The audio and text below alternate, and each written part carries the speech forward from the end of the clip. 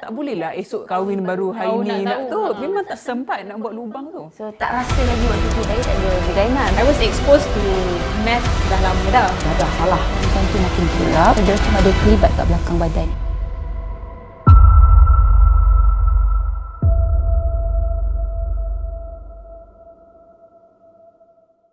Wanita satu dalam 5,000, lahirnya tanpa rahim dan laluan faraj.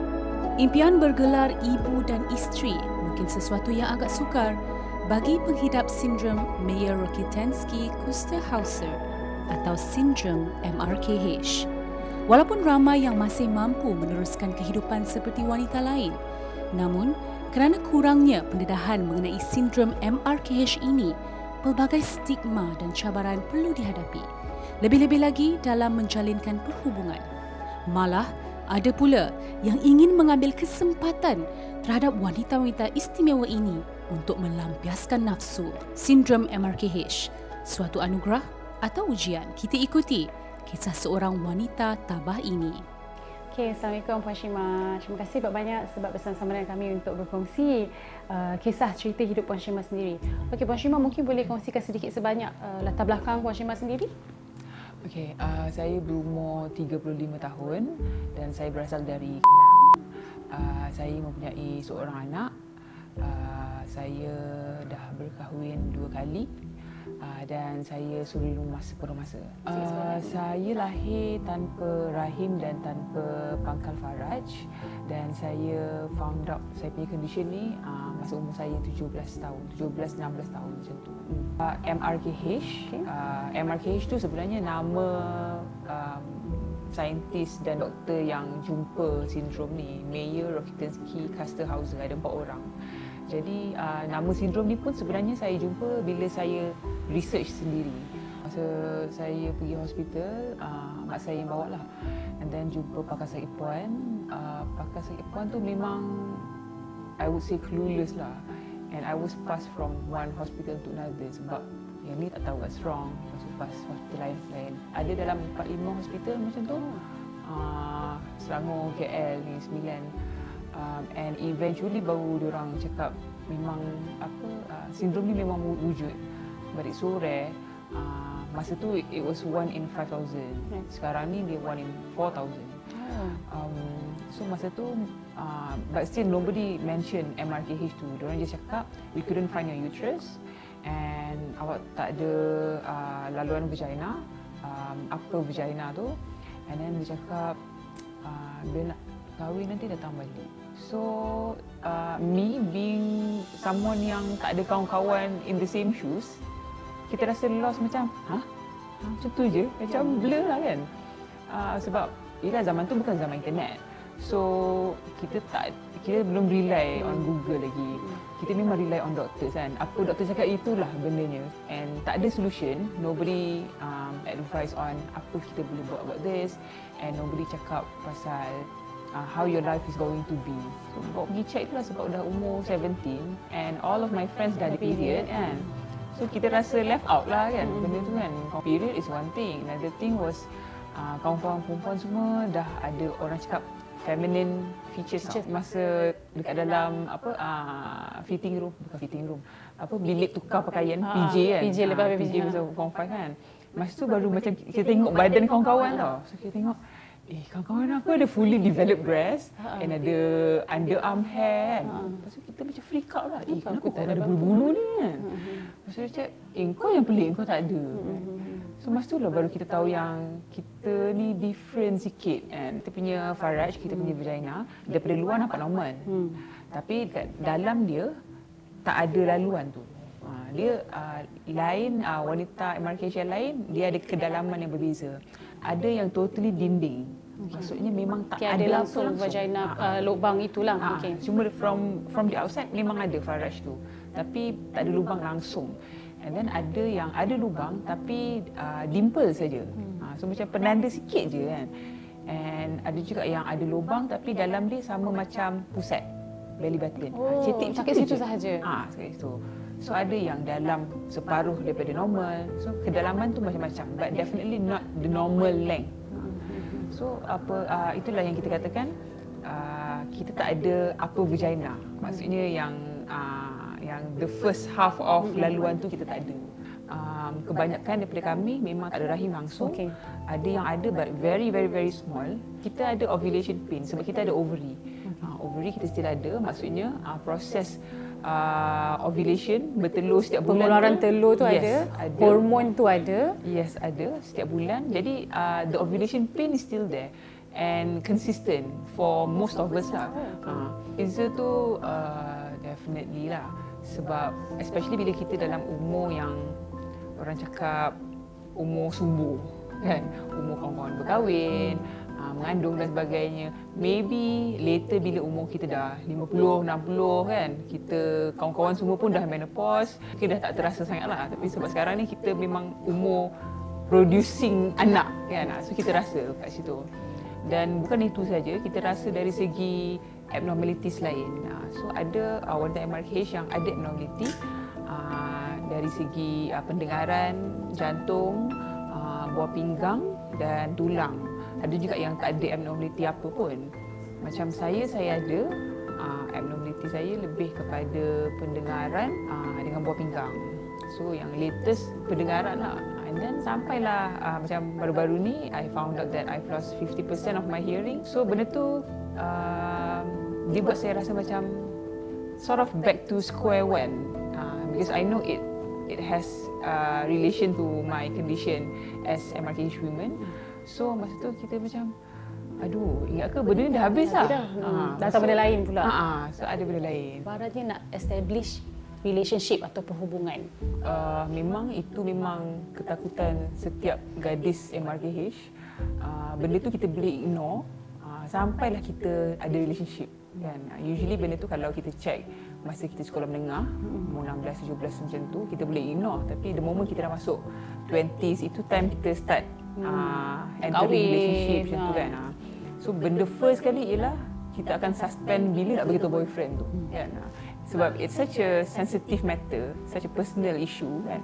Kita nak bercakap pasal kita tak ada lubang kan dengan boyfriend yang belum halal, and probably macam kita date dia mungkin dalam 5 bulan.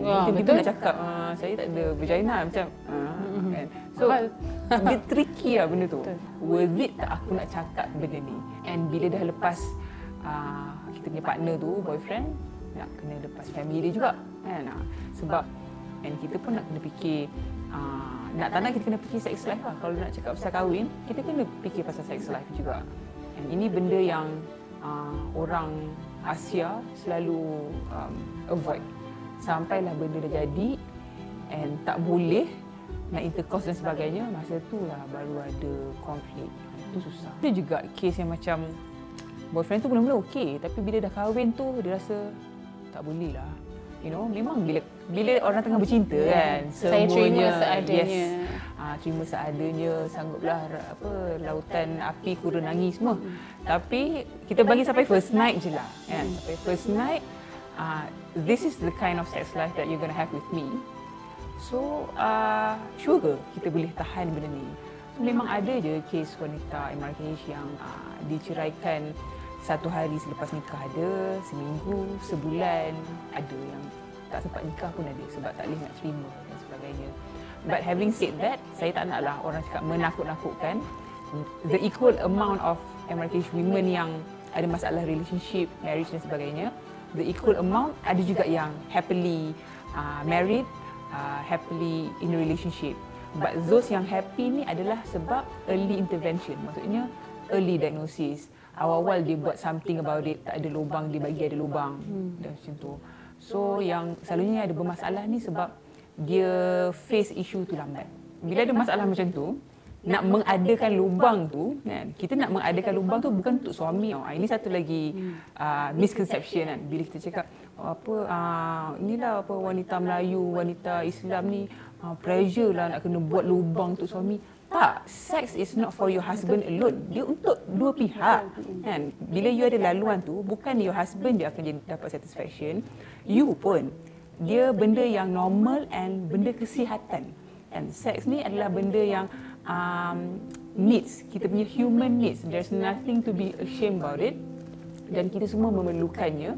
Dan bila kita ada healthy sex life, kita akan ada a healthy body and mind.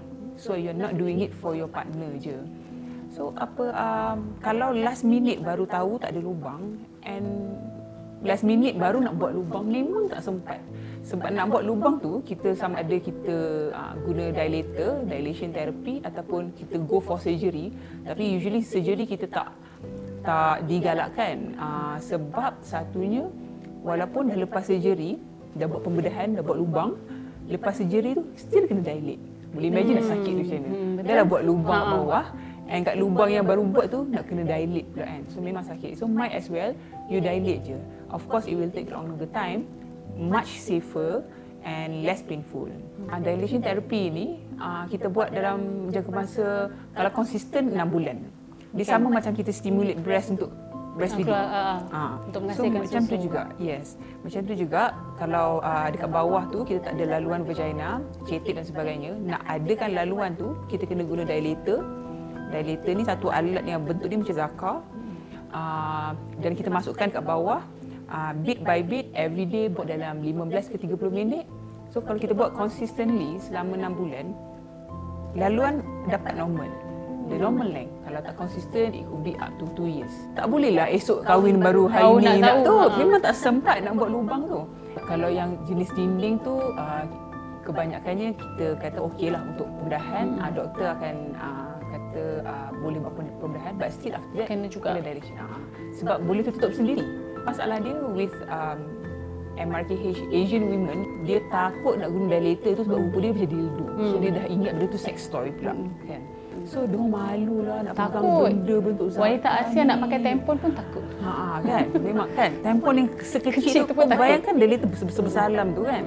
Mungkin ada faktor-faktor lain yang menyebabkan susahnya wanita MRKH untuk mempertahankan perkahwinan. Realiti dia tu.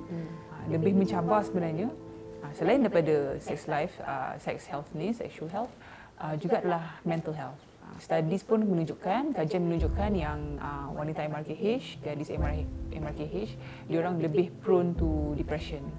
And they have low self-esteem, low self-confidence, and other issues regarding self-worth kan. Tapi bila setiap kali kalau contohnya kita bergaduh dengan suami, bergaduh dengan boyfriend, dengan tunang, benda tu akan terus berbalik macam sebab aku ni ke? And benda tu bukannya kita pilih, it's inevitable sebab kita dah lahir dengan benda tu kan. Bukanlah kita duk fikir sangat setiap hari bangun pagi aku tak ada rahim, aku tak ada rahim. Tak pun. Itu so obvious, susah, sangat mencabar untuk kita deny benda tu. So what we do is kita cuba nak live with mental issues tu, whatever mental issues yang kita ada. So memang dah ada beribu-ribu wanita MRKH yang hidup bahagia. Kenapa? Sebab dia rajin follow up dengan doktor kan. Kalau apa-apa tak kena, dia terus counter benda tu face to face, tak live in denial. It's just that kalau you takut jumpa doktor, memang it will backfire you. Cari pasangan tu definitely kena extra careful lah kan. Extra careful, and kita kena actually sit down and lay out, okay awak macam ni, saya punya vagina macam ni, saya punya rahim tak ada, ovary saya macam ni, side effects-nya begini. So it's very important for you, if you are an MRKH woman, to get educated on the syndrome itself so that you boleh explain pada your partner. Macam mana cara saya decide untuk orang cakap confirmkan yang this guy ialah calon life partner saya, sangat berbeza dengan masa saya umur 25 dulu kan. My first marriage I was 25. So my second I was 35. Masa first tu memang kita ingat MRKH bendanya tak ada rahim. Itu je, tak ada beranak dah kan. Tapi bila kita dah 35, kita dah lalu banyak, kita dah tahu dah, okey MRKH sebenarnya ada banyak benda. So inilah chance saya untuk lay out dekat my partner, my current partner masa tu, and saya cakap, okay, saya ada MRKH syndrome and this is affecting me not just physically but sexually, mentally, sebagainya. So awak sure ke tak yang kita nak proceed sampai kahwin? Ini benda-benda, basically benda-benda yang saya tak buat dengan previous husband, saya buat. I learn my lesson. Dari segi mertua, I am very lucky and very blessed. Kedua-dua mertua saya memang sangat menerima, alhamdulillah. Baik yang perkahwinan terdahulu ataupun perkahwinan sekarang. Yang mengambil kesempatan ni adalah usually golongan yang into, saya tak tahu nak put it macam mana, but I would call them kinky lah. Kan? Diorang ni into seks-seks aneh lah. Yes, benda-benda seks yang lain daripada yang lain.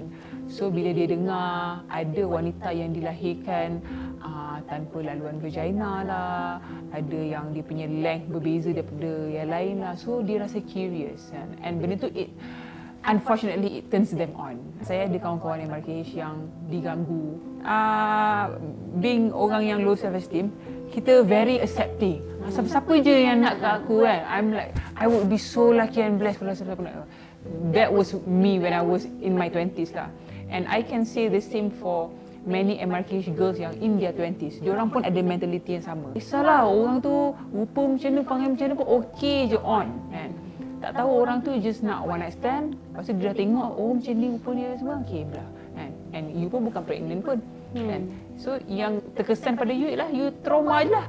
Apa yang support group tolong kita ialah dia tolong bukan saja support kita mentally, emotionally, tapi dia build kita di confidence, self-worth. Yes, benda ni nampak macam simple and nampak macam klise, tapi sebenarnya isu building self-confidence ni sangat besar sebab in the end, these girls kena protect diri dia sendiri. Yeah. Kat Malaysia ni tak boleh nak buat, kita tak boleh nak buat apa? Ibu tumpang. Ibu tumpang ke, bayi tabung uji ke. Ibu tumpang tu tak boleh nak buat dekat Malaysia. It's not just against agama kita, tapi memang against law. So non-Muslim pun tak boleh buat. So the only option yang saya personally harapkan ialah uterine transplant, iaitu pemindahan rahim. And pemindahan rahim ni dah dibuat dekat banyak negara, dah banyak success stories. So dekat Malaysia ni saya harap hopefully in 10 years time maybe, sebab ada banyak aspek yang kita nak take into funding, training, kita nak deal dengan majlis fatwa lagi kan, nak lepaskan fatwa tu supaya orang cakap menghalalkan pemindahan rahim ni kan. So but I definitely see it happening insya-Allah in kalau boleh 10 years time. And for my generation memang kita dah tak sempat lah. That's what I say to my MRK sisters yang lebih kurang sebaya ni kan. Kita cakap kita memang tak dana, tak sempat kan. But kita fight for this untuk adik-adik kita, those yang 16 tahun kan, 15 tahun ni, yang the teenagers ni, we are fighting the good cause ni untuk diorang, untuk adik-adik kan, so that diorang boleh ada chance untuk go through transplant rahim tu. Penyakit MRKH ini melibatkan 1 dalam 1000 bayi perempuan. Okay.